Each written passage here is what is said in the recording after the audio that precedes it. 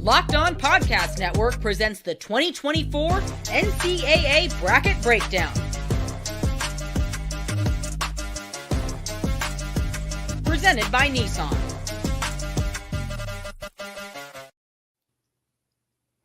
Welcome into the 2024 Locked On Bracket Breakdown. I'm your host, Tenitra Batiste, alongside me and our co-host of Locked On College Basketball, Andy Patton and Isaac Schade. We aren't here just to break down favorites and upsets, although there will be a lot of that. We're also here to walk you step by step through filling out a winning bracket for your office or friend pool. We'll have local insight from across the field of 68, as well as gambling advice from our Locked On Bets insider. So break out your pencils and paper brackets. It's time for some madness. The 2024 Locked On Bracket Breakdown is brought to you by Nissan. Are you the kind of driver that likes to push things a little further? Ever wonder what adventure could be around the next corner? Take the Nissan Rogue, Nissan Pathfinder, or Nissan Armada and go find your next big adventure. Check them all out at nissanusa.com. Now let's get to it. Let's get to the brackets, starting with the left side. Okay, guys, real talk.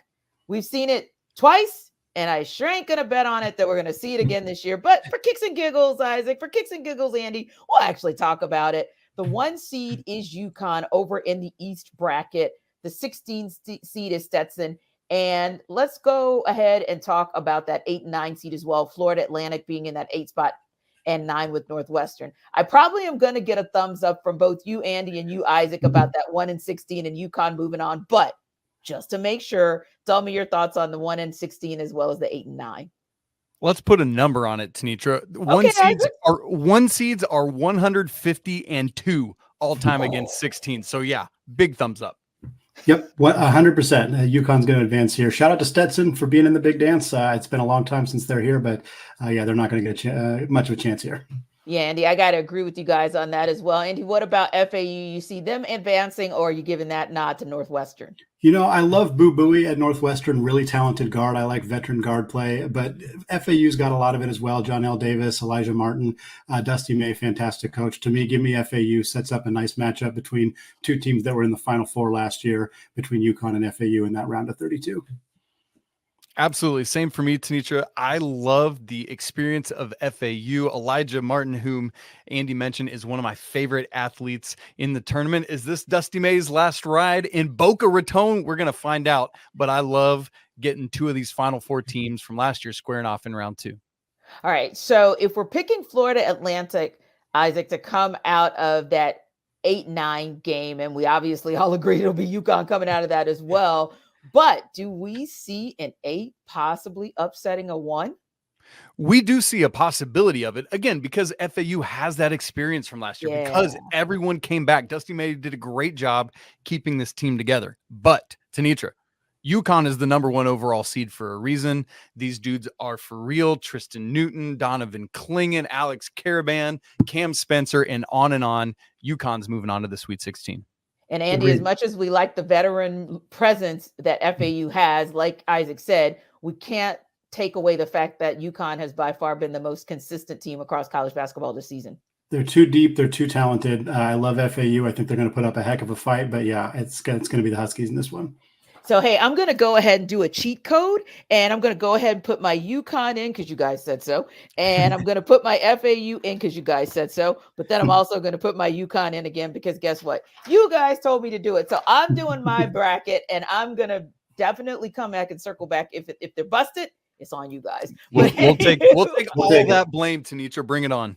Bring it. All right. So let's make a little jump down the bracket, and we're going to talk about kind of that next space where it always gets tricky. Your 5-12 and your 4 and 13. So for 5-12, Andy, we got San Diego State, and then we've got UAB in that 12 spot. We also have Auburn in at number 4 over in that East bracket, and Yale at 13. Where do you kind of see that playing out as far as the 5-12 and then as far as the 4 and 13? Tenitra, I typically have quite a few 12-5 upsets or 13-4 upsets, and I got a handful here in this bracket, but I don't have any here. I think San Diego State and Auburn are both going to advance. San Diego State only finished 5th in the Mountain West, which is a little surprising, especially since they earned far and away the best seed in March Madness here, but UAB barely snuck into the tournament. No disrespect to them, but I just don't see them being able to hang with a team that went all the way to the Final Four last year. And Auburn, very deep team, very talented team. Janai Brome has been playing some just excellent basketball as of late. And while I think Yale is a quality team, they played some good teams in the non-conference, got some nice wins, and managed to beat a Princeton team or get past a Princeton team in the Ivy League tournament. And I think they're a solid squad. But yeah, give me Auburn and San Diego State both advancing here. I think the only time in this bracket that I have both the 4 and the 5 advancing. Interesting. How about you, Isaac? Interestingly, I am right in line with Andy on this one. Okay. Props to UAB, as he said, for getting here and doing that, knocking off. Or, South Florida doesn't win the AAC, so we have a bid thief situation there. But San Diego State behind Jaden Ledee, who is one of my favorite players in the entire nation, a big dude, an absolute stud. San Diego State, a third Final Four competitor from last season who was in the top half of this East bracket, moves on where they will face the Auburn Tigers. Bruce Pearl's team is rolling. They just won the SEC tournament championship on Sunday, leading just earlier on Sunday afternoon, leading up to the selection show. Great stuff there. Again, great for Yale getting past Princeton and then beating Brown on a buzzer beater to win the Ivy League championship. So, for all of these schools, it's just an honor to be here. But Auburn is going to take this one and play San Diego State in the second round. I like it. So it's Auburn and San Diego State in the second round for Isaac. You too, Andy?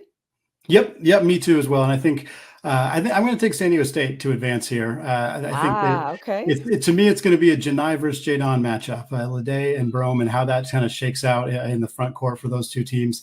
Auburn, I think, has a lot of depth, but San Diego State has been here before. A lot of guys back from a team that went all the way to the Final Four. Brian Dutcher's a phenomenal coach. I think the matchup between him and Bruce Pearl going to be a fun chess match on the sidelines. But give me the Aztecs being able to advance here. So Andy, this is where you're so stinking wrong. Ooh. Auburn moving on past the Aztecs. They can't make it back to the Final Four this year. Auburn's rolling on. You talked about how great Janai Broom's playing, and then you poo-pooed it with Jaden Ledee. Janai Broom, Jalen Williams. The Tigers are rolling on where they will face UConn. I know we're not getting there yet, but man, what a fun matchup that'll be. Definitely Auburn and not the Aztecs of San Diego State. Interesting. So we finally have some shots fired on our bracket breakdown. I love it. I absolutely love it. So it's interesting because this is always kind of where things start to separate and where you kind of get those upsets, right? So speaking of that 5-12 upset, for advice on betting those 5-12 upsets, here is our Locked On Bets Insider. This is Lee Sterling with Paramount Sports, your Locked On Bets Insider. Everyone loves to watch and bet the number 5 and 12 seed games. Why? The number 12 seeds have gone 53-99, almost 35% since the field was expanded to 64 teams in 1985. My top 2 number 12 seeds to win straight up this year, James Madison, money line, plus 175 versus Wisconsin. I think Wisconsin's energy is going to be sapped up after playing Purdue and also Illinois in the last 2 games, 4 games straight here. The Dukes 31-3. They average almost 85 points per game. And Grand Canyon, money line also plus 175. Bryce Drew's team, 3rd appearance here in 21 and 23. I expect them to perform better and get at least to the 2nd or 3rd round. They're a top 50 scoring defense and offense here. Take a money line. For more insight and game selections, make sure to follow me on social media at Paramount Sports and check out ParamountSports.com. So guys, let's go down the rest of this East bracket and let me see where you kind of land there as well. Another one that oftentimes is an upset special is the 6-11. You got BYU and Duquesne that are going to be duking it out, no pun intended. Andy, which one of those teams are going to come out of that matchup? And then, of course, we got the Fighting Illini, number 3 Illinois at number 14 against number 14 Morehead State. Who ends up moving on from that duke out, that matchup? I'm really chalk so far on this bracket. I got both BYU and Illinois advancing here. Duquesne, kind of like UAB, they snuck into the tournament by winning, by stealing a bid. I think they're a good team. They were one of the better teams in the A10 at the early part of the season. They sort of struggled down the stretch, carried some momentum in here, but I think BYU is a bit underseeded as a 6th seed. I think they're going to roll here. Illinois playing some really good basketball as of late. Really nice run through that Big Ten tournament.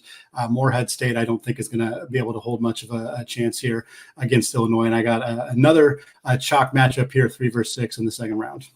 Yeah, Isaac, it was such a crazy weekend and such a crazy championship week. That Illinois-Wisconsin game was one of the few I actually got to watch, and I was pretty impressed by what Illinois was able to do. Oh, that's right. Terrence Shannon Jr. scored a career-high 40 points this weekend in one of the Big Ten games. Great stuff. They're rolling. He, along with Marcus Damask, is just such a dynamic 1-2 punch for the Illini. Yes, I have them over Morehead State as well. And in that first game, BYU as well. Now, something to keep in mind with BYU, there is a lot of potential back and forth for them because they rely so heavily on the 3-point shot. Yeah. When it's going down, it looks good for Mark Pope's team. When it's not, things can be a little bit different, especially when they're not playing at that elevation like they do at Provo. But shouts to Duquesne. As Andy said, that A10 was one of the wildest tournaments we had last week, where all 4 of the top 4 seeds lost in the quarterfinal rounds. But a great run for Duquesne, but it ends here. And then we get BYU and Illinois in the second round. Andy and I, once again, with the chalk, and we apologize. It's okay. It's fun. It's kind of fun when you guys disagree, but it's kind of cool when you guys agree too, because it means that we're kind of lockstep in what we see. But now here it comes, and whether or not you're going to agree once again. Are we talking Illinois, BYU? Who moves on? Which way we going? I'm going with Illinois. I think Andy.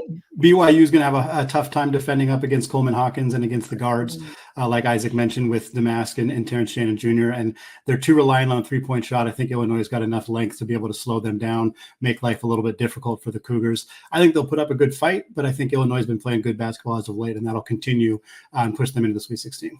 Yeah, I agree, Andy. I think that the Coleman Hawkins, Vicini Traore matchup should be a lot of fun inside there. But man, it's just one of those things where if you're Mark Pope, you look at the scouting report and you're like, man, what if we schemed against Marcus Damask and just shut him down?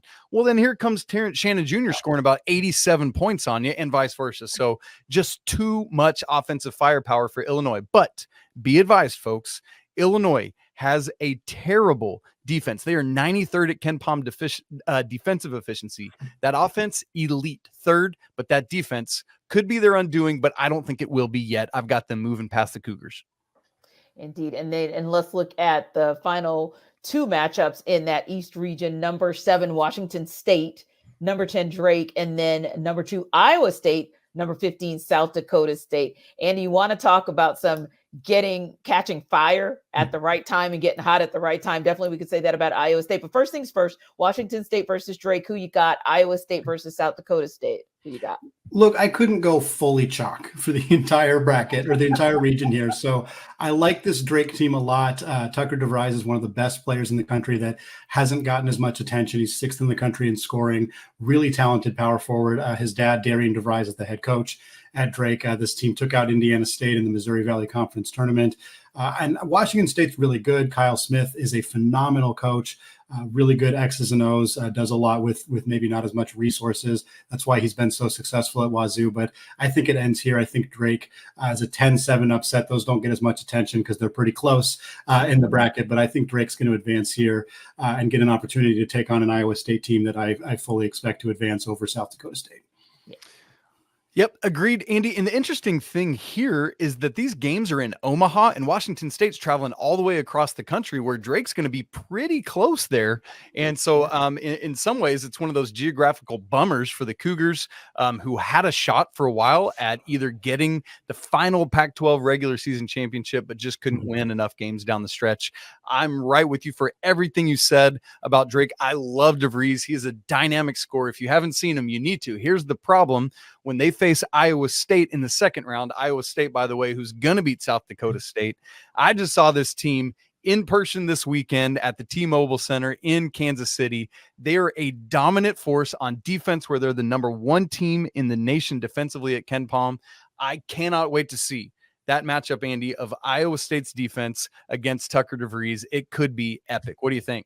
Yeah, I'm with you. I think Iowa State advances there. They're too good. They're too talented defensively, too long, too well coached with TJ Otzelberger. I think Drake's a good team, and I think they have a great chance of being in that round of 32, but I'd be pretty surprised if they find a way to pull off an upset and get into the Sweet 16.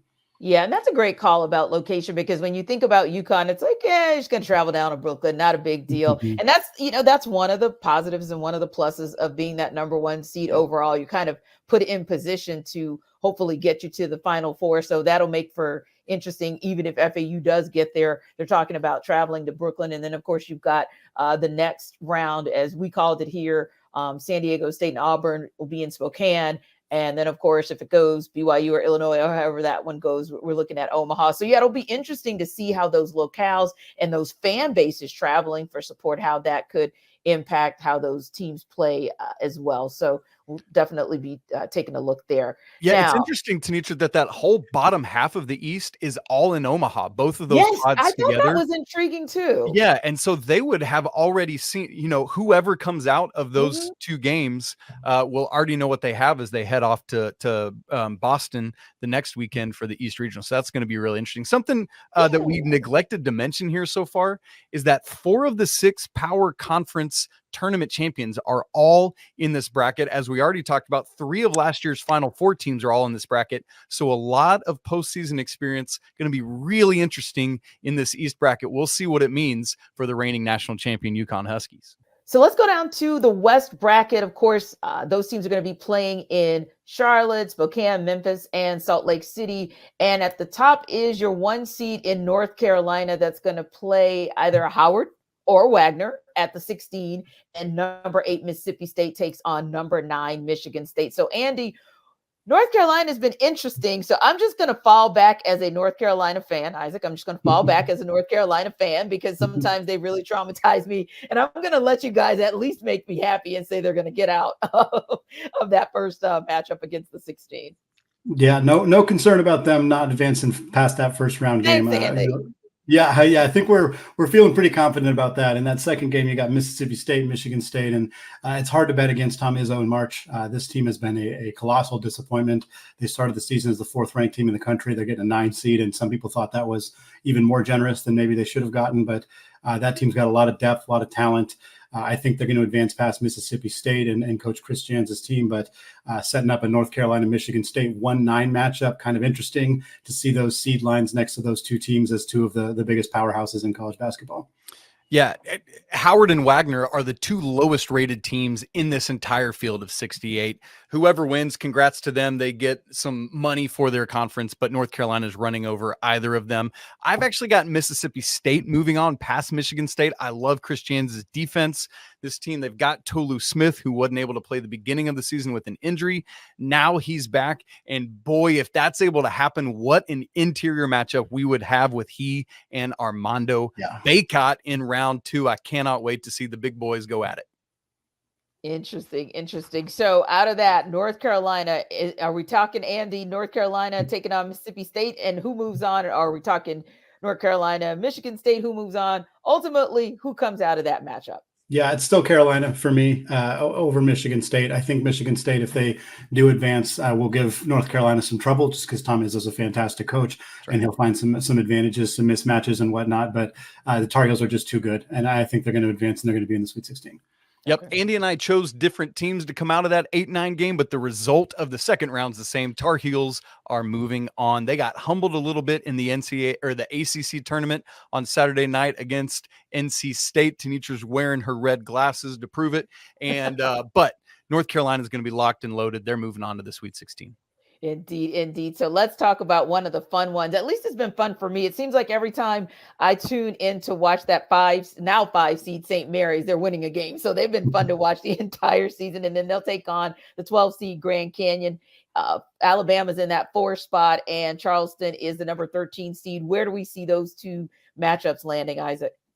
Well, I went back to the chalk, and it's so funny, even though we have all these 5-12s we know we're supposed to pick. St. Mary's, who had a difficult troubling start to the season, has really figured it out, ended up winning the West Coast Conference regular and conference tournament championships. And so I know Grand Canyon is a great team with Bryce Drew as the head coach, a man who has one of the single greatest shots in NCAA tournament buzzer beating history. But St. Mary's for me is moving on in this one, where they will play the Alabama Crimson Tide, Nate Oates and his team. I love what Charleston brings to the table, but Alabama just too much. And so we're going to get St. Mary's and Bama in the second round.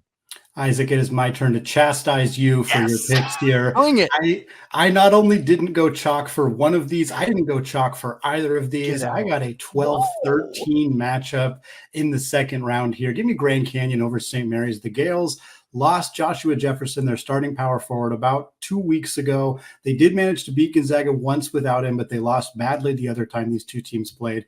Mason Forbes has stepped into the starting lineup. He is offensively pretty anemic, great defender, great rebounder, doesn't do much offensively. Feels like they're playing 4-on-5. I think Grand Canyon and Bryce Drew can exploit that. Tyon Grant Foster is one of the best mid-major players in the entire country. I think St. Mary's going to have trouble with him. And on the other side here, Alabama just doesn't defend anybody. One of the worst defensive teams at that Power 6 level that we've seen all year long. Charleston is an incredibly well-coached team. They're a disciplined team. They're a 30-win team last year. I picked Charleston to be a 12-5 upset last year. The team that they played last year was San Diego State, who went to the Final Four. So if I jinxed it and I'm sending Alabama to the Final Four, I apologize, especially to our leader, Zach Blackerby, the host of Locked On Auburn. But we will see if that happens. But I think we could be seeing a fun mid-major matchup between Grand Canyon and Charleston in the second round there. Andy, how wild would that be if Alabama did that a year after they were the number one overall seed and fell off? So that would be pretty crazy. Tenitra, just moving on, I'm actually going to stick with St. Mary's to beat Alabama in this game. I know, as Andy said, they're down a little bit, but it's, for me, a rally the troops, circle the wagons moment. Andy talked about Alabama's defense. I mentioned earlier how woeful Illinois is defensively. Alabama is even worse. They can bomb away from three, just like BYU we talked about earlier, but the defense does not back it up. St. Mary's going to the Sweet 16. Mine would be Grand Canyon. I'm taking Grand Canyon there, 12 seed over a 13 seed. We've seen that before. Not very often, but it has happened. But I think the Lopes are just, again, Tyon Grant Foster, I mentioned him already, really talented young man.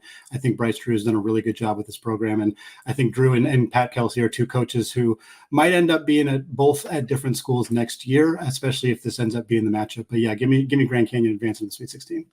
Interesting. Now, as far as who could bust up the brackets, like these guys have already started kind of busted up the brackets, but as far as who else could bust up the brackets this year, here's our Locked On College Basketball and NBA Big Board contributor. Leaf Tulane of Locked On NBA Big Board and College Basketball here, and here is the Cinderella candidate I think will fit the slipper and make a run in the big dance coming from the left side of your bracket from the West region. It is the New Mexico Lobos, who are among the 5 bid thieves to get into the tournament. The Lobos are actually favored by 2.5 points in their opener against Clemson, who is the 6th seed. That is very rare and indicates value there right off the bat. Secondly, New Mexico is red hot, beating 3 good Mountain West teams consecutively in a league that got 6 bids.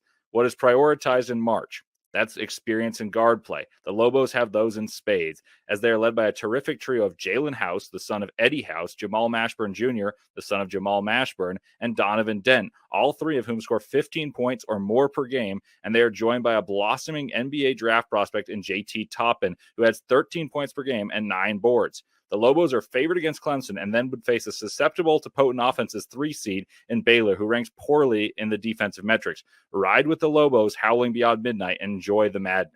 Ride with the Lobos. I absolutely love that. I absolutely love it. But I got to ask you guys. So let's talk about where that bracket is. 6 seed Clemson, 11 seed New Mexico, the 3rd Baylor, 3 seed Baylor, 14 is Colgate. Where do you guys see that Clemson New Mexico matchup, that Baylor Colgate matchup?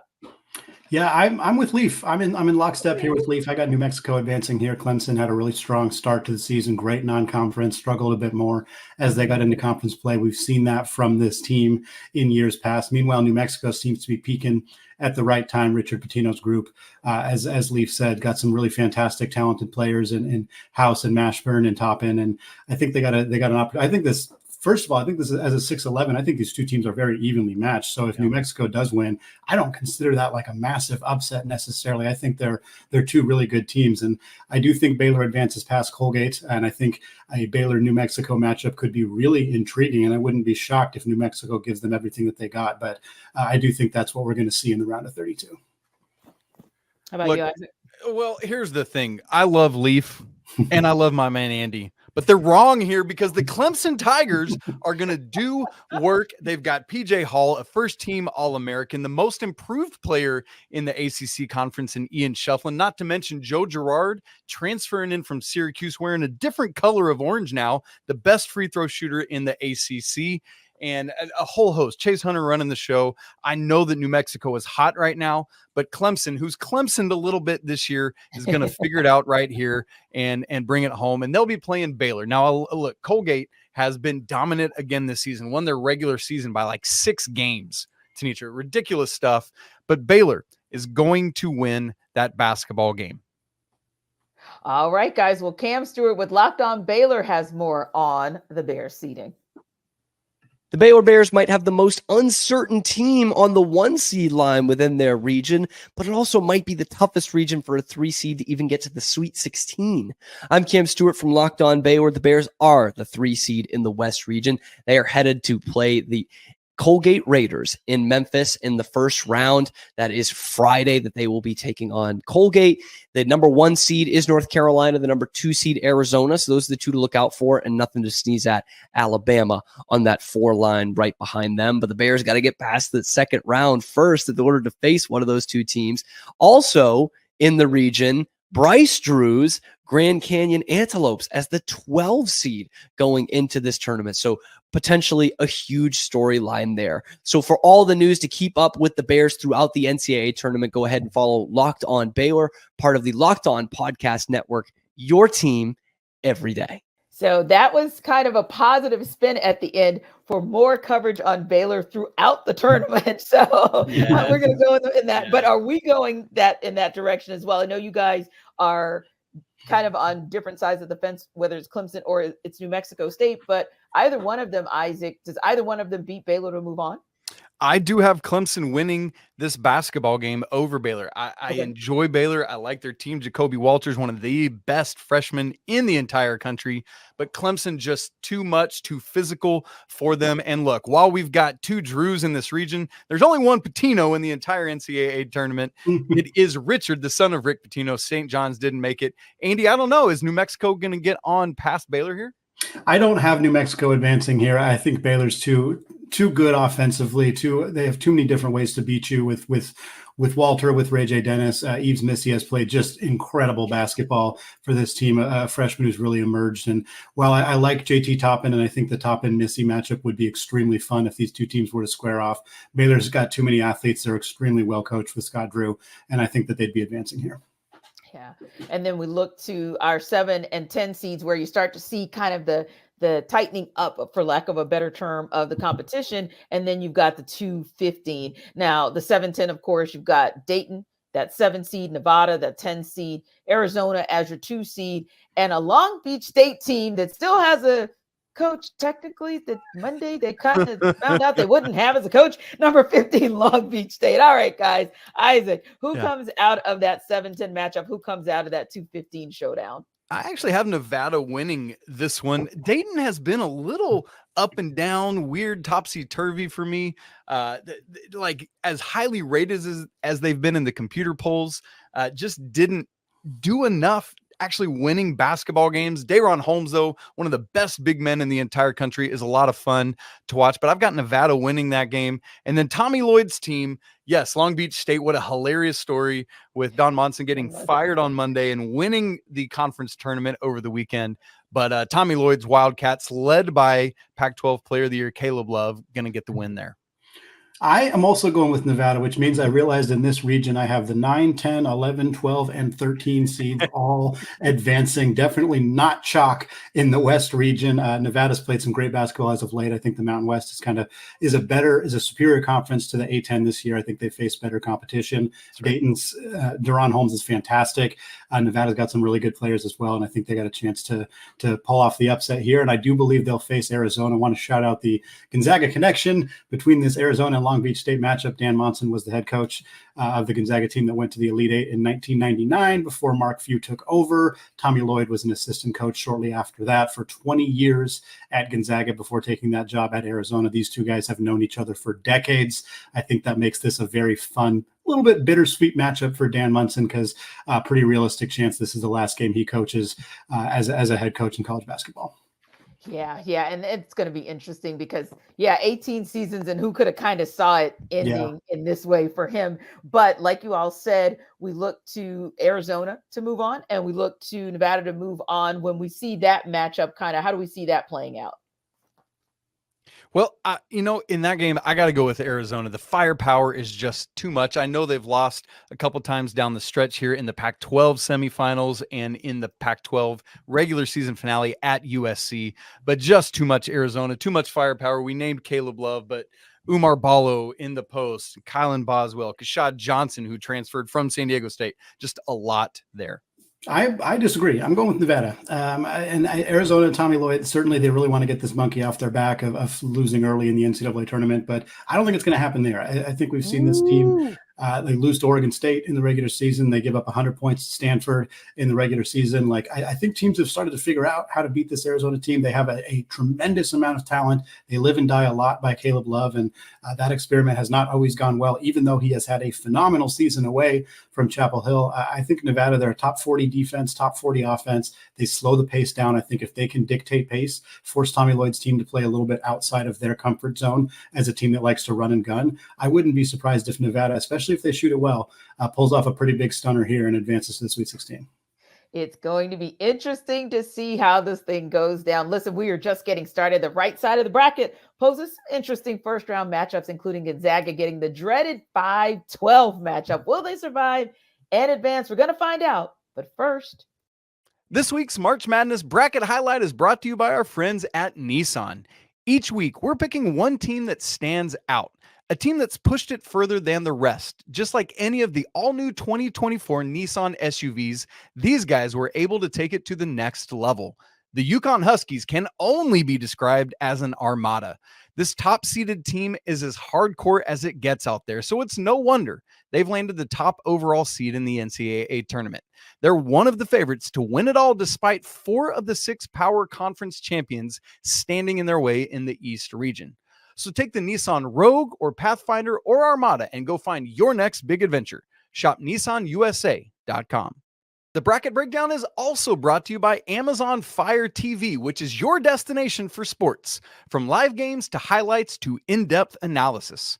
Fire TV offers amazing viewing experiences with smart TVs, as well as the Fire TV stick that you can plug into your existing TV to provide access to millions of movies and TV episodes. I, at my house, literally have an Amazon Fire TV stick on every TV in my house. I love the layout. I love the user experience. I love the little remote that's got buttons for me to go straight to Hulu or Disney Plus or Netflix or whatever. Fire TV recently created Fire TV channels to deliver a constant supply of the latest videos from your favorite sports brands, all for free. That includes all of us here at the Locked On Network. Not to mention, the Fire TV channels have great news, entertainment, gaming, travel, and cooking videos as well. So check out Fire TV channels on Fire TV and Alexa devices. If you haven't done so, you should. Trust me on that. To learn more, visit Amazon.com/LockedOnFireTV. Welcome back to the 2024 Locked On Bracket Breakdown presented by Nissan.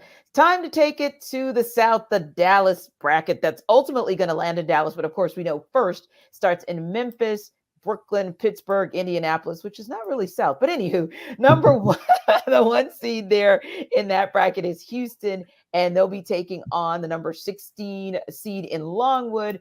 And then your number 8, Nebraska, against number 9, Texas A&M. Guys, who comes out of those matchups? Isaac, we'll start with you. Look, Houston. We know what 1-16, so we just thumbs up that and keep moving. Nebraska's been a fun story this year coming out of the Big Ten, but Texas A&M, who just knocked off Kentucky in the SEC tournament, has so much firepower in the backcourt, led by Wade Taylor IV. I got the Aggies. Gig 'em. Take that on to the second round.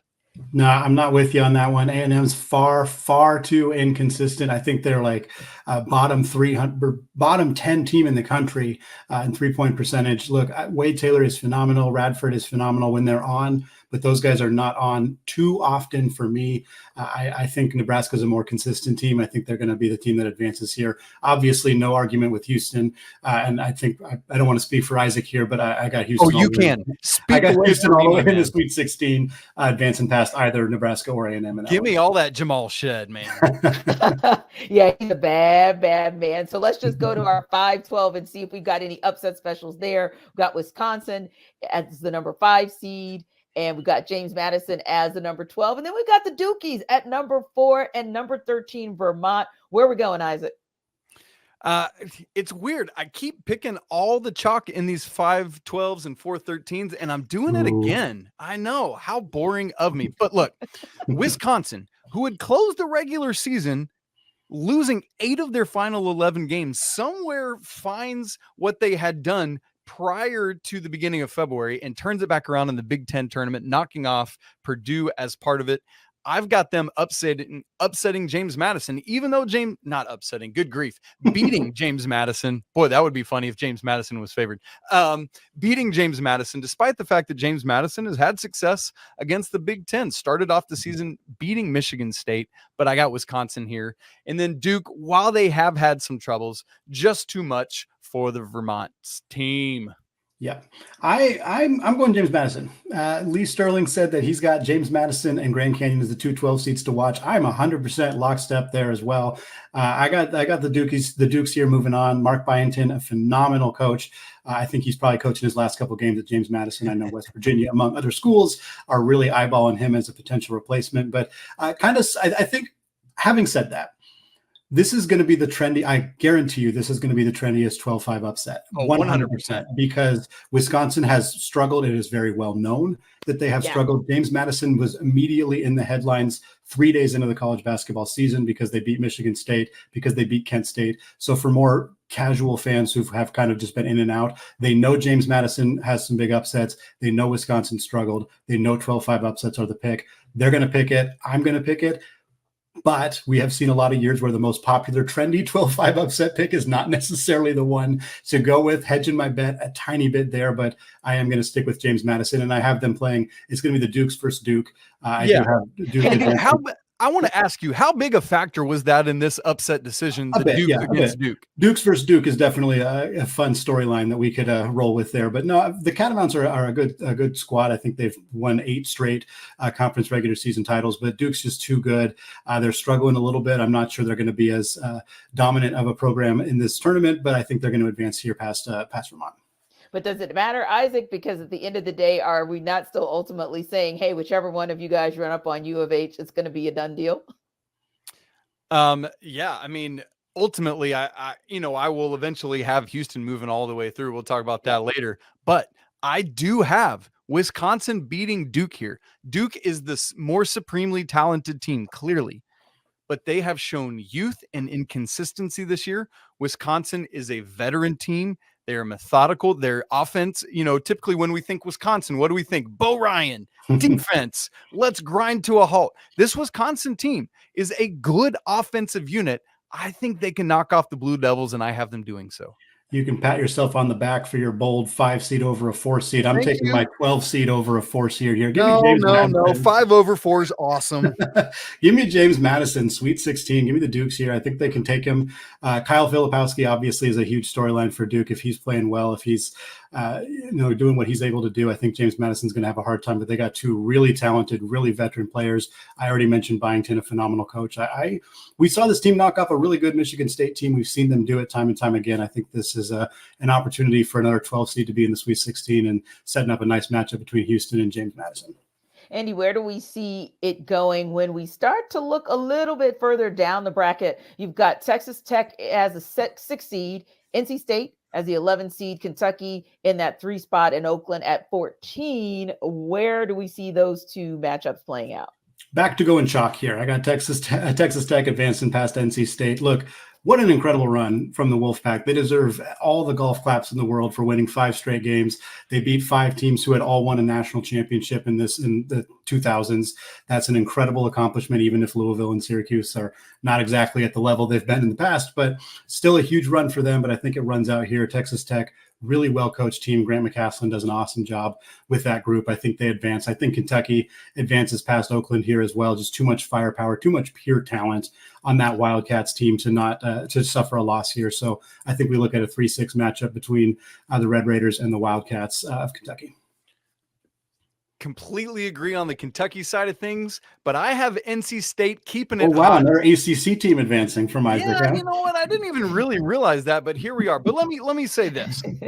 NC State is just the second ever team to win 5 games in 5 days to win their conference tournament championship. The other, the Kemba Walker UConn Huskies team that went on to also win the NCAA tournament. Now, I don't think NC State's about to do that, but I do have them getting past Texas Tech. The Red Raiders are a little bit banged up here. As Andy said, Coach McCaslin has done a great job in his first year in Lubbock, but NC State and their big man inside, DJ Burns, is a force to be reckoned with.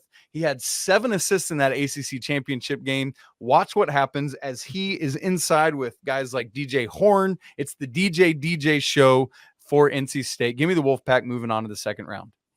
Gotcha. So if we then look, and we're going to stop for a second and kind of hear a little bit more about this, but there are some intriguing matchups to figure out whether or not who those teams are going to meet as well. And that's with our number 7 seed in Florida, and then our number 10 seed there with Colorado or Boise State, number 2 Marquette, and number 15 Western Kentucky. But let's hear from our guy Brandon Olson with Locked On Gators. He'll have more for us on Florida's position in the tournament. It turns out going 3-1 in quad 1 this weekend and being the SEC runner-up means nothing for the NCAA tournament. I'm Brandon Olson with Locked On Gators. The Florida Gators are the 7 seed in the South bracket and will face either the winner of Boise State or Colorado, and then if they win, they will face off with likely Marquette. Kentucky's in the bracket, Nebraska, Wisconsin, Texas A&M, Duke, and Houston. And the Florida Gators, it's an interesting situation to play the winner of a play-in game on Friday because you don't have all this time to prep. You are coming off a huge injury with Micah Handlogton, who will miss the entire tournament. But the Florida Gators will persevere and show up, and I still don't understand how everybody thought that they'd be a 5 or 6 seed going into the SEC tournament. Then they went 3-1 in quad 1 games, including a loss to Auburn. And somehow the Florida Gators are a 7 seed. For more coverage of the Florida Gators during this entire tournament, check out Locked On Gators, your team every day. So Brandon has made his case for his Florida Gators. They're, like we said, the number 7 seed versus either Colorado or Boise State at number 10. Isaac, who do you think's coming out of that matchup? And then, of course, we've got Marquette versus Western Kentucky, the 2-15 seed. Well, Brandon's right. What happens in the SEC tournament often doesn't show much to the selection committee, it seems, year after year. I've got the Slash winning this basketball game. Whether it's Boise State or Colorado, I think either of them will knock off the Gators. I hate the loss for Micah Handlogton in the SEC championship game. Boise State is underseeded. They should have been ranked more highly, as we've said about a couple Mountain West teams. Colorado has so much talent. KJ Simpson, Cody Williams, another one of the best freshmen in America, Tristan Da Silva. This threesome can really put it together. They've struggled with some consistency this year, but I honestly, truly like either of these teams to beat Florida. And then Marquette, Tyler Kolek is ready to go according to Shaka Smart. We'll see what happens this week, but they're going to beat Western Kentucky. Yeah, I hate the hand locked in injury for Florida. I'm curious if that made an impact on them getting seeded at a 7 when, yeah, I can totally understand BO's argument for them being a 6, maybe even a 5 seed. But Todd Golden, phenomenal coach for the Gators. He's a very analytical mind, I think takes a lot of research. I think the fact that he won't get as much time to prep for his opponent is something that could impact the Gators. I'm with Isaac 100%. Boise State or Colorado, whoever wins that game, which is going to be a really fun game, by the way. Yeah. That team, I think, advances past Florida. They end up playing Marquette, who, even if Kolec's not at 100%, they're going to advance past Western Kentucky. We'll see if that impacts them a little bit further down the line in this tournament. But I think you're going to see Marquette playing either Boise State or Colorado in that second round. Okay. And when we go to that second round, where do we go from there? Because we're still looking to see who's going to meet the vaunted U of H. But where are we going in that second round? Who moves on from there, Andy?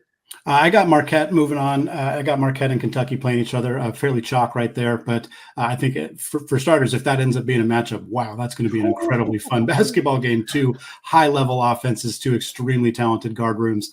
That's a really fun matchup, and I think that's what we're going to end up seeing coming out in the Sweet 16 there. I got the exact same, nothing more to say about it. Let's keep trucking. Love it, love it, love it. We are going to keep trucking along. We're headed to the Midwest round 1.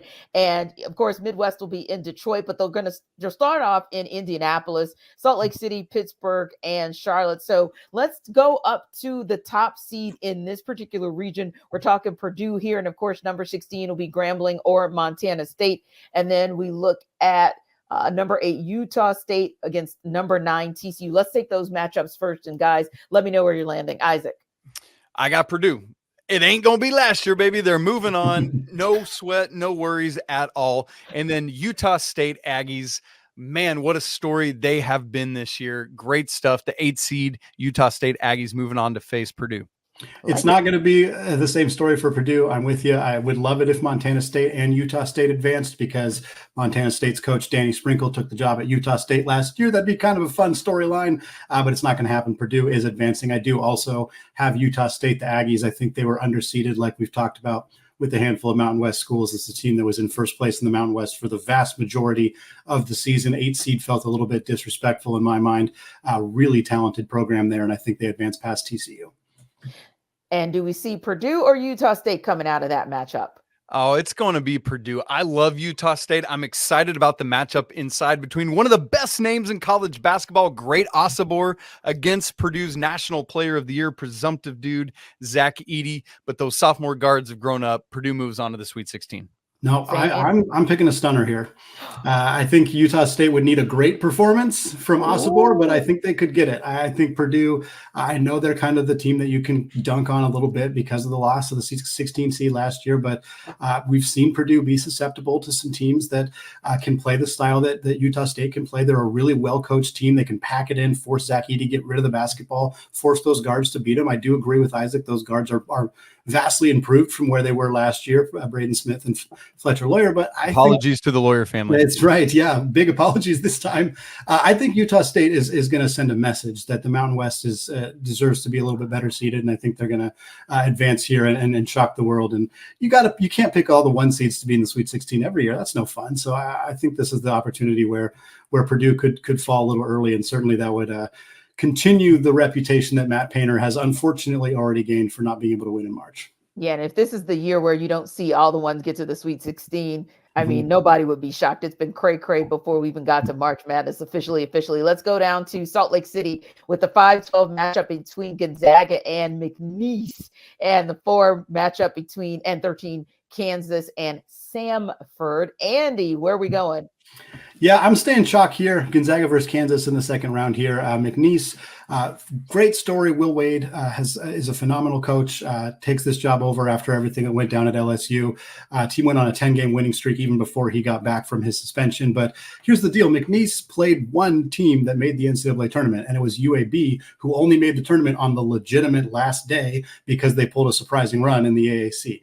This is just not a team that has played enough talented, experienced teams to be able to be as prepared for this game as they need to be. While I like Will Wade as a coach, give me the Zags that outside of that loss to St. Mary's in the WCC championship, they were red hot for the last 6 weeks of the season, playing some phenomenal basketball. They have enough size, enough experience guard play with the way Ryan Nembhard's been playing lately. I think Gonzaga advances. And look, Kansas is susceptible. they're susceptible right now. If Hunter Dickinson and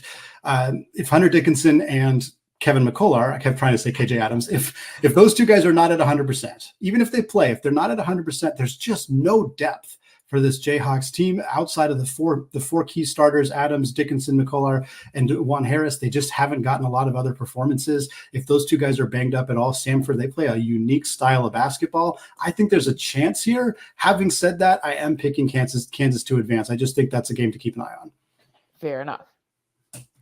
Oh, give me Gonzaga. I thought about some McNeese and Will Wade, but Gonzaga too much, been playing so much better lately. And while I've been going a lot of chalk in this bracket, I will not be going with the rock chalk because the Jayhawks are going to lose to Samford. Buckyball, their pressure style, it's going to get to a short-handed potentially, but definitely no depth Kansas team. What do you do against pressure, which Samford brings literally every possession? You need depth.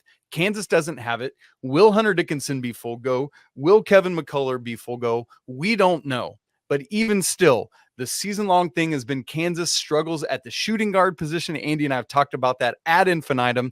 This is where it comes back to bite them. Buckyball's moving on to the second round. Wow. Well, for more on who could bust up more of the brackets this year, and listen, you guys just heard our guys bust up brackets, but here's Locked On College Basketball and NBA big board contributor talk about some bracket busting. Leaf Tulane of Locked On NBA Big Board and Locked On College Basketball here. And here's the Cinderella candidate I think will fit the slipper and make a run in the big dance coming from the right-hand side of your bracket. This team sports a 30-3 record and have a coach with experience winning games in the big dance in Will Wade. They are the McNeese Cowboys. McNeese is led by a former Big 12 transfer in guard Shahada Wells, who scores 18 points per game, adding 5 assists per game. McNeese shoots a lot of threes, hitting 39% of them, which is good for 7th nationally. And then McNeese also forces a lot of turnovers at a high rate, sporting a steal percentage of 14%, good for 6th nationally. Additionally, this team has wins over the American Conference champion UAB, who is another 12 seed by 21 points, beat Michigan by double digits, along with VCU, who is in the championship game for the A10 by double digits. They are also well ranked in KenPom and adjusted efficiency on offense and defense, ranking ahead of other teams that made the tournament from high majors. That's really hard to be, and they've done it well. McNeese plays a team in Gonzaga that was supposedly going to be a 6 seed. That is a 5 because BYU does not play on Sundays, so perhaps less warranting the seed line they possess. Gonzaga is a team that is heavily reliant on bigs to score, and McNeese has the ability to disrupt and take the ball away from guards and disrupt the ability to get the ball into the post, which is where Gonzaga makes their hay. And that makes this a very interesting game. The winner then would face either a dilapidated Kansas side that has struggled and could be without their best player in Kevin McCullar should they top the SoCon champs, Samford. Samford also presses a lot and could beat Kansas, so you could see double upset madness coming from this side. Let's see if McNeese can cause chaos and mayhem in Salt Lake City. I'll be at the games expecting to see it.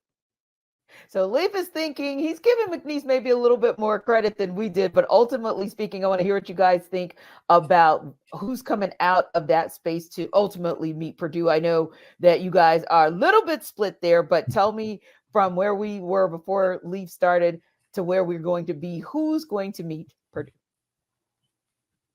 Well, Andy? Samford wins this basketball game.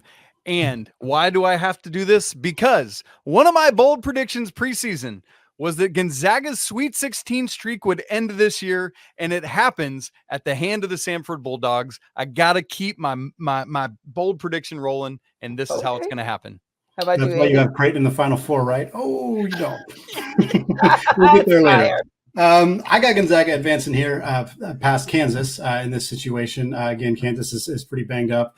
We'll see how healthy they are. Graham Ike versus Hunter Dickinson, incredibly fun matchup on the low block. But I ultimately think the depth issue is going to be a problem for Kansas. I think Gonzaga, the way they've been rolling as of late, will be able to advance here. Again, for me, not playing Purdue, actually playing Utah State in that Sweet 16 matchup would be a really intriguing one.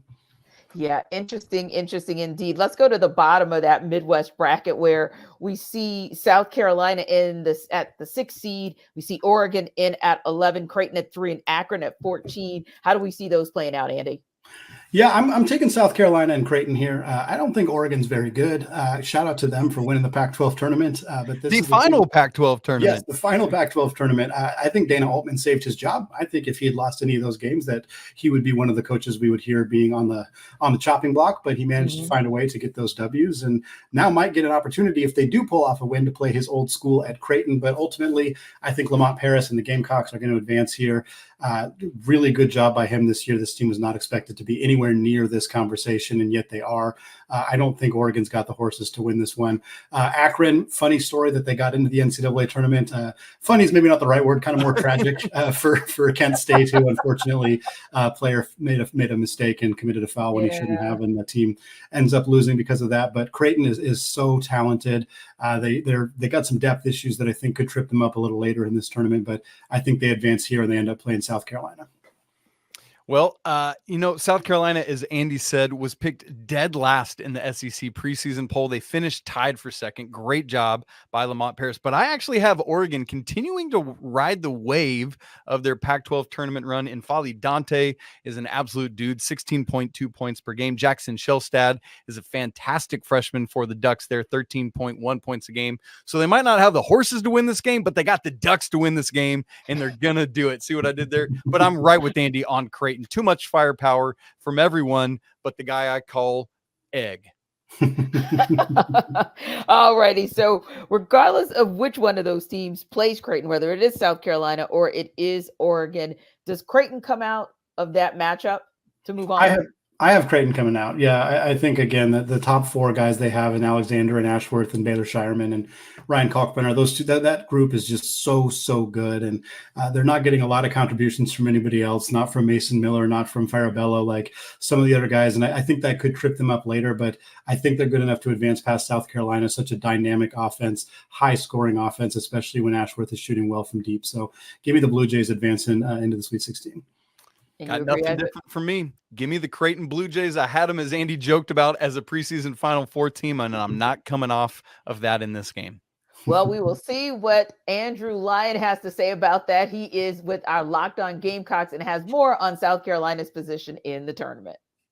The South Carolina Gamecocks are a number 6 seed, and anything else would have been wrong. I'm Andrew Lyon from Locked On Gamecocks. For the first time in 7 years, South Carolina will be going dancing in March Madness. The Gamecocks are a number 6 seed in the Midwest region, which I think is a little bit low. A lot of projections had them as a number 5 seed going to this bracket, but I don't think it's a bad deal at the end of the day. The big dogs in this region are the Purdue Boilermakers, the Tennessee Volunteers, and the Creighton Blue Jays. The South Carolina Gamecocks will be taking on the number 11 seed Oregon Ducks in the first round. The Oregon Ducks won the Pac-12 tournament championship, so they are definitely on a hot streak right now, and they're led by former Gamecock Jermaine Cousinard. For more on the South Carolina Gamecocks, subscribe to Locked On Gamecocks, part of the Locked On Podcast Network, your team every day. Well, we'll see if Andrew is right on that one or if you guys are right on the money with South Carolina. But ultimately speaking, let's go a little bit further down the Midwest bracket where we see Texas, the number 7 seed, taking on either Virginia or Colorado State at number 10. And of course, the 2 seed Tennessee will take on number 15 in St. Peter's. Where do you see those matchups going, Isaac? Well, I took the slashy earlier coming out of the play-in game, and guess what? It's happening all over again. Whoa. I know Andy gave me a hard time about the ACC earlier, and so let's fix that because I'm going with Colorado State coming out of that game and beating Texas, who's been underwhelming a year after making it to the Elite Eight. And then, look, St. Peter's won against an SEC team coming out of that 15-2 matchup a couple of years ago when they knocked off Kentucky in the 2022 tournament. It ain't happening this year. Too much Dalton Connect. The Vols are moving on to round 2. I'm with you 100% here. I'm also taking this last year between Virginia and Colorado State, picking both opportunities for those 10 seeds in the play-ins to advance, in part because Florida's vulnerable with hand locked in. And frankly, I think Texas was a bit overseeded as a 7 seed. I don't think they're quite that good. And certainly when they're at full health, they can be really talented. And Dylan DeSue is a big factor for them. But ultimately, I'm taking the slash between Colorado State and Virginia. I think ultimately it is going to be Colorado State. Isaiah Stevens is just such a dynamic, talented, all-around guard, one of of the better mid-major guards in the country. And I think that's what we're going to see advance there. And I do think that team, Colorado State, will end up playing Tennessee. Again, love the Peacocks, love the story. It was a phenomenal run a couple of years ago. The fact that they lined them up as a 15 seed against a dominant SEC team once again is pretty entertaining, but Dalton Knecht is too good. I think Tennessee advances here. And Andy, is it Colorado State or Tennessee who moves on? Tennessee. Tennessee is just so good. Rick Barnes has had his issues advancing in the NCAA tournament. There's no secret about that. No surprise there. But what he needed on this roster was a bucket getter type of scorer, along with all the defensive role players that they had around him. They add Dalton Knecht. He's the perfect piece alongside Vescovi and Ziegler and Jonas Adu and everybody else on that roster. And I think we've seen them be susceptible to some losses at times, but ultimately when this team is on, they're really, really good. And I think they're going to find a way to play themselves into the Sweet 16 again. Yeah, shake off the rust of what you saw in the SEC tournament last week. Tennessee wins this game. Colorado State has been just too inconsistent, too up and down this year, particularly in Mountain West play. As great as Isaiah Stevens is, Tennessee has the defense to shut him down and enough offense to get it done. Move on to the Sweet 16. So what's the highest seed we could see make the Final Four, and which number one seed will fall first? We'll give you our picks, but first. The Bracket Breakdown is brought to you by LinkedIn. When you're hiring for your small business, you want to find quality professionals that are right for the role. That's why you've got to check out LinkedIn Jobs, which has the right tools to help find the right professionals for your team faster and for free. And thankfully, LinkedIn's not just some other job board. They've got a vast network of more than 1 billion professionals, making it the best place to hire. LinkedIn Jobs gives you access to professionals you can't find anywhere else and does all of that while making the process easy and intuitive. Beyond that, hiring is so simple when you have that many quality candidates. So easy, in fact, that 86% of small businesses get a qualified candidate within 24 hours. LinkedIn knows that small businesses like yours are wearing so many hats and might not have the time or resources to hire, so they're constantly finding ways to make that process easier for you. For example, they just launched a feature to help you write your own job descriptions. How great is that? So post your job for free right now at linkedin.com/lockedoncollege. Again, that's linkedin.com/lockedoncollege to post your job for free. Terms and conditions apply. Welcome back to the 2024 Locked On Bracket Breakdown presented by Nissan. So guys, it is time to move on through our brackets down to our Sweet 16. Let's take it to the East first. And Andy, I want you to take us through where you landed coming from 68/64 down to our 32 and ultimately to our Sweet 16. Who you got? Yeah, it's pretty chalk here for me in the East, and it kind of stays that way all the way through. I was 1, 2, 3, and 5 with San Diego State beating Auburn is the only upset to have happen in this region. So you got UConn versus San Diego State in the Sweet 16, of course, a rematch of the national championship game from last year. And then you got Iowa State and Illinois, your Big 12 and Big 10 conference tournament champions. Really exciting stuff there. And I got UConn advancing here past San Diego State, just like they did last year. And I got Iowa State out of the Big 12. They've just been playing some incredible basketball, elite defensive team for TJ Otzelberger. So give me UConn and Iowa State, the 1 versus the 2. I know it's not very fun, but I do think those are the 2 best teams in the East region. I think those are the teams that are advancing. And give me the Huskies going back to the Final Four. No team who has won a national championship has even advanced past the Sweet 16 the following year, since Florida won back-to-back in 2007, 2008. But give me UConn going all the way to the Final Four out of the East region. Crazy to think it's been 15 years. But yeah, Right. Isaac, you definitely were in the UConn space, but maybe some of the other teams, that's where kind of we split and it's not so much chalk. Yes. Well, first, before we get lit up, Florida's back-to-back was 06 and 07. So I don't want Brandon Olson jumping out at us here. But this is the one region where I do have chalk 1, 2, 3, and 4 in the Sweet 16. So UConn against Auburn. I'm going with the Huskies, breaking that streak that Andy was just talking about there, making it to the Elite Eight against Iowa State. Look, Illinois is such a good elite offensive basketball team, but Iowa State is the number 1 defensive team at Ken Palm. I love this matchup because of that offense defense. Iowa State too much. We saw that against Houston in the Big 12 championship game. And then this is where I have my first 1 seed falling. Iowa State is going to knock off the number 1 overall team in this tournament. The Cyclones going to the Final Four with TJ Otzelberger. Whoa, you heard it here first. So let me make sure I make a note that this is where we kind of part the waters in that Eastern region. Well, Mark Zanetto with Locked On UConn has more on the Huskies' attempt to repeat. UConn is the number 1 overall seed, right where they belonged, even before the rest of the number 1s ended their regular season with a loss. Hi, I'm Mark Zanetto, your host of Locked On UConn. The Huskies open up the fence of their national title in Brooklyn Friday against the Stetson Hatters. The East bracket has the Big Ten champs, Illinois, the SEC champs, Auburn, the Big 12 champs, Iowa State, the A10 champs, Duquesne, and the AAC champs, UAB. But let's be honest. The reality is, for those teams in every other bracket, it's UConn's dance. No matter how many challenges you put in front of Danny Hurley and his team, nothing is stopping the champs from going back-to-back in Phoenix. Go check out my show daily on YouTube and wherever you get your podcasts. This will be a fun few weeks as we are in the mix for number 6. I love it. I love it. I'll remember those words as well, because I'm interested to see kind of how this plays out for UConn being the number 1 seed overall. That said, let's take it down to LA and look at what's going on in our Western bracket.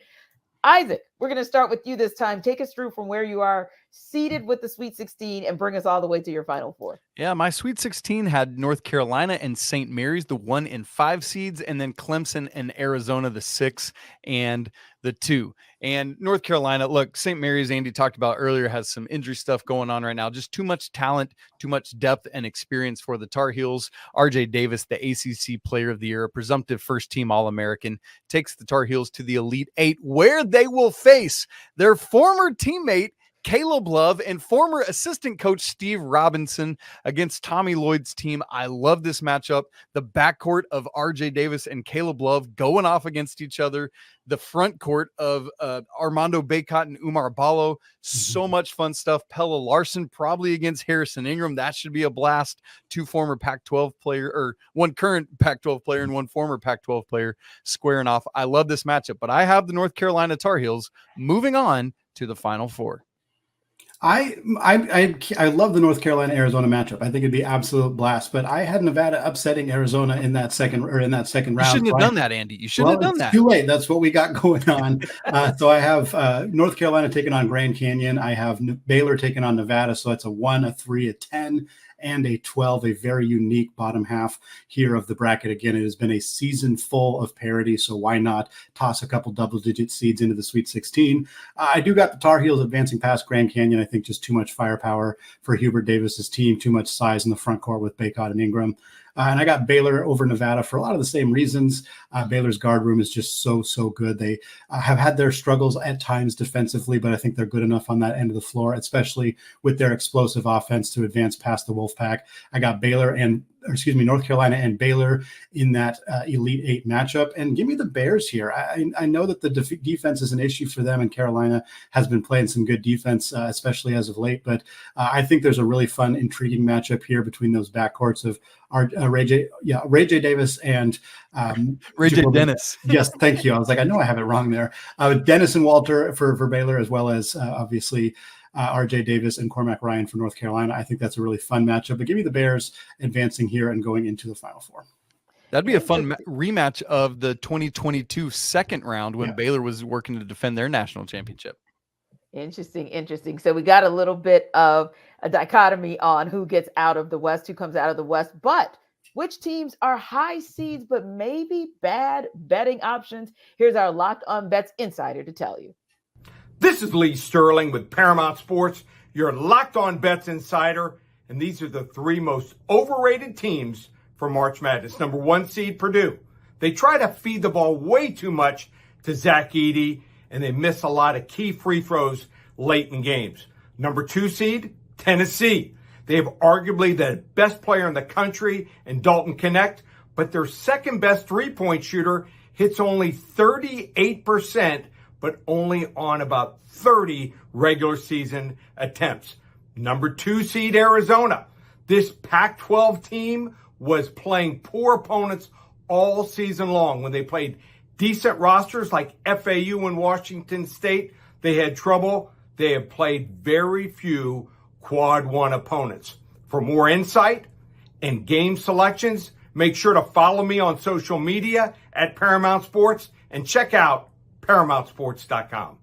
All right, guys, let's go south. And we know that region is going to land in Dallas, but want to know where you guys are taking it. I think we saw some agreement at the 32 stage when we talked about U of H, and then it started to kind of go in a different direction. So, Andy, I'm going to get you to start us off with where you landed for your Sweet 16 and take us through your Elite 8 and who you got going to the Final Four. Yeah, another double-digit seed for me in the Sweet 16 in the South region. I got Houston taking on James Madison, the Dukes. I got Houston advancing in that one, though. That team is just too good. I think James Madison would be a tremendous story if they got to the Sweet 16, but have a hard time seeing them get past Kelvin Sampson's squad. Then that's chalk after that, 2 versus 3, Kentucky, Marquette. I love this matchup. If Tyler Kolek is 100% healthy and a matchup between Shaka Smart and John Calipari, the incredibly talented guard rooms for both these teams, it's going to come down to how Oso Ighodaro can play for Marquette. If he can cause some problems for Kentucky's front court, I think there's a real chance for Marquette to advance. However, I do have Kentucky because we're not sure on the health for Tyler Kolek. We're not sure how that's going to shake out. I think if this Kentucky team gets red hot with the incredible freshman guard trio that they have in Wagner and Shepard and Dillingham, I think they advance to take on Houston, but the Cougs train is going to keep on rolling. I got Houston in the Final Four. How about you, Isaac? Yeah, I in the Sweet 16, I had Houston, the 1 seed, and Wisconsin, the 5 seed. Too much Jamal Shed, too much LJ Cryer pouring it in from outside. So Houston moving on to the Elite 8.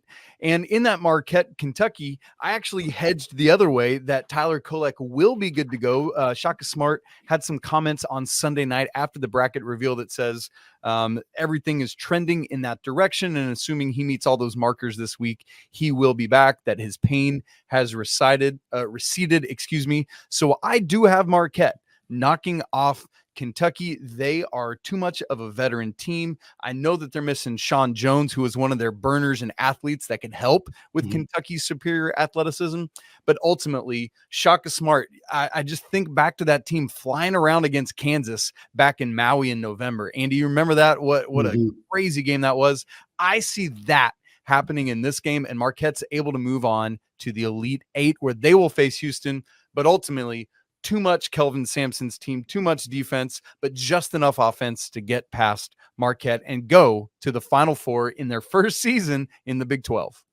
Indeed. Did I hear my bracket breakdown team actually come to agreement in one side of the bracket? Whoa, did. I love it. Let's see what happens in the Midwest. Andy, talk us through your Sweet 16 on down through your Final Four. Yeah, it's chalk except for one incredibly notable counterexample. Well, I guess two, but certainly Utah State being the upset here, the pick over Purdue, sticking with that. So I'd have them taking on Gonzaga in the Sweet 16.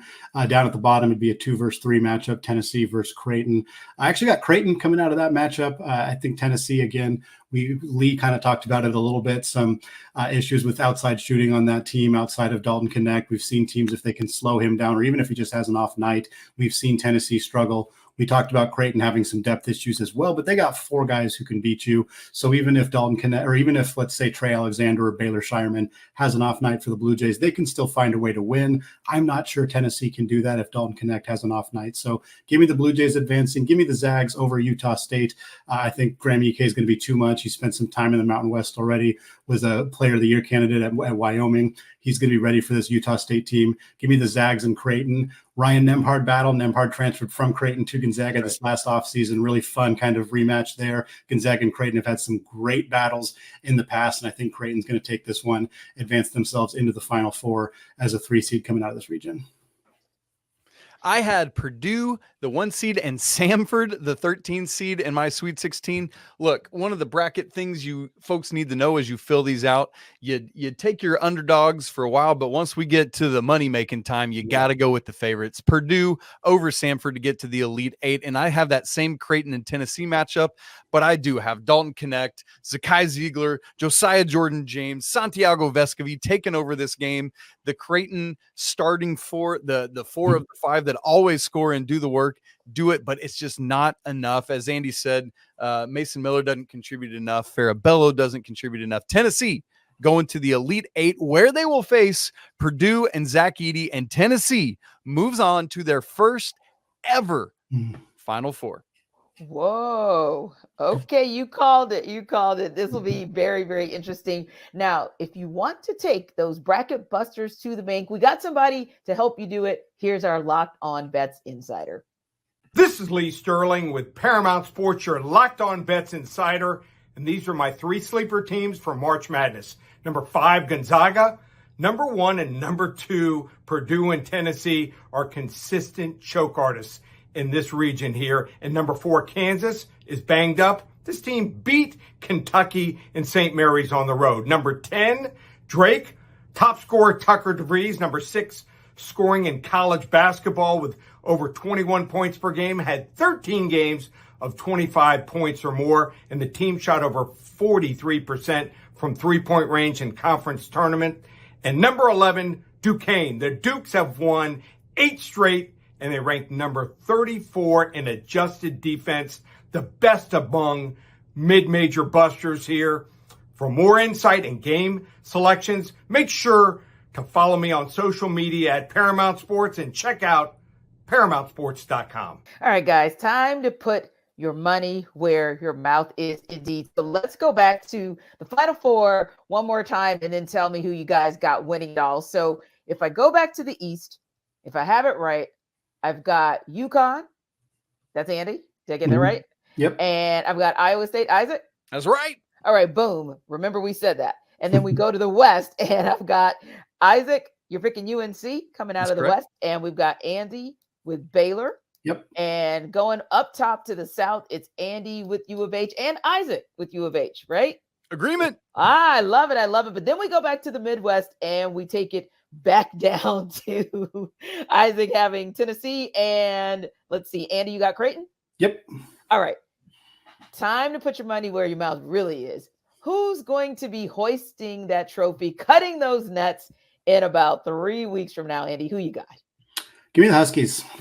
First time repeat national champion since 2007, not 2008 when Florida did it back-to-back years.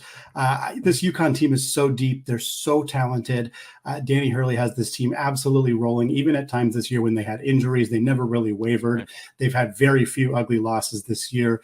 They lost to Seton Hall in the first game of the Big East. Outside of that, this team has just been tremendously phenomenal. If they can stay healthy, if Klingon doesn't suffer any injuries, his presence down low, Alex Caravan and Cam Spencer providing that floor spacing on the wing. Tristan Newton's one of the top 3 point guards in college basketball, and I don't think he's third. He is phenomenal the way that he has played this year. That combined with, I mean, we're 4 players in. We're not talking about their potential lottery pick combo guard and Stephon Castle. Like, this team is so deep, so talented, so well coached, so experienced. To me, it's really hard to see, especially with the matchups here in this bracket. The Baylor does not have the defensive horses to hang with UConn.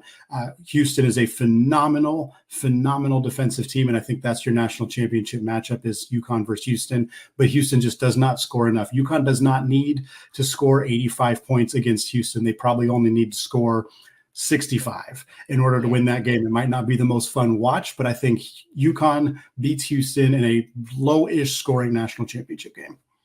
Isaac, who cuts down the nets on April 8th in Phoenix? Well, coming out of that left side of the bracket where Iowa State and North Carolina, I do have the Tar Heels, just that experience that they have, despite the fact that they have a freshman running the show in Elliot Cadeau. I just rhymed and I didn't even know. But the Tar Heels are bringing it into the national championship game. First time making it back there since 2 years ago when they fell to Kansas. And unfortunately for the Tar Heels, they will fall again to the Houston Cougars, who are going to knock off Tennessee. A great defensive battle, by the way, in that semifinal. Good grief. Looking forward to it. Houston, North Carolina in the championship game with Kelvin Sampson and the Cougars doing it. But what's interesting for me is I look at my Final Four, it is like 6 of our top Ken Palm teams in the nation. Iowa State, number 1, Houston, number 2, Tennessee, number 3, and North Carolina, number 6. So we could have a defensive-minded Final Four if it plays out the way I see it. How about you, Andy? We talked about UConn. That's who you're picking to win it all. Isaac, you're picking U of H. But, Andy, is there any pick when you look back to how you got to UConn winning it all that you said, man, I hate I went that route? It's funny. I fill these out kind of quickly, and then I go back through, and I usually go back through a handful of times. So I'm still kind of working back through some of the picks that I made here. There's nothing that I vehemently don't like. I kind of wish I'd picked Drake a little bit farther. I just don't like that second round matchup with Iowa State. Agreed. I think that's a tough one for them. Yeah. I do think Drake is the kind of team, like the kind of mid-major double-digit seed that could advance to the Sweet 16. I have a hard time seeing them do it over Iowa State. So that's kind of the one that's tough. Obviously, Utah State over Purdue is a Hail Mary pick. I don't regret it because I think there's a real chance that we don't have just a bunch of one seeds in the Sweet 16 Elite Eight. This just has not felt like a year where we're going to see a whole bunch of 1 seeds and 2 seeds and 3 seeds all advancing. I think the data, I don't have the full data. We've talked about it a lot on Locked On College Basketball, but unranked teams beating ranked opponents at home was at a sky high rate this year. And so I think we're going to see some upsets. We're going to see some parity in college basketball. And so for me, why not pick a mid-major team, a Utah State team to advance here? I know it's a risky pick, but I'm sticking with it. I think there's a chance that we're going to see some Titans fall early in this tournament.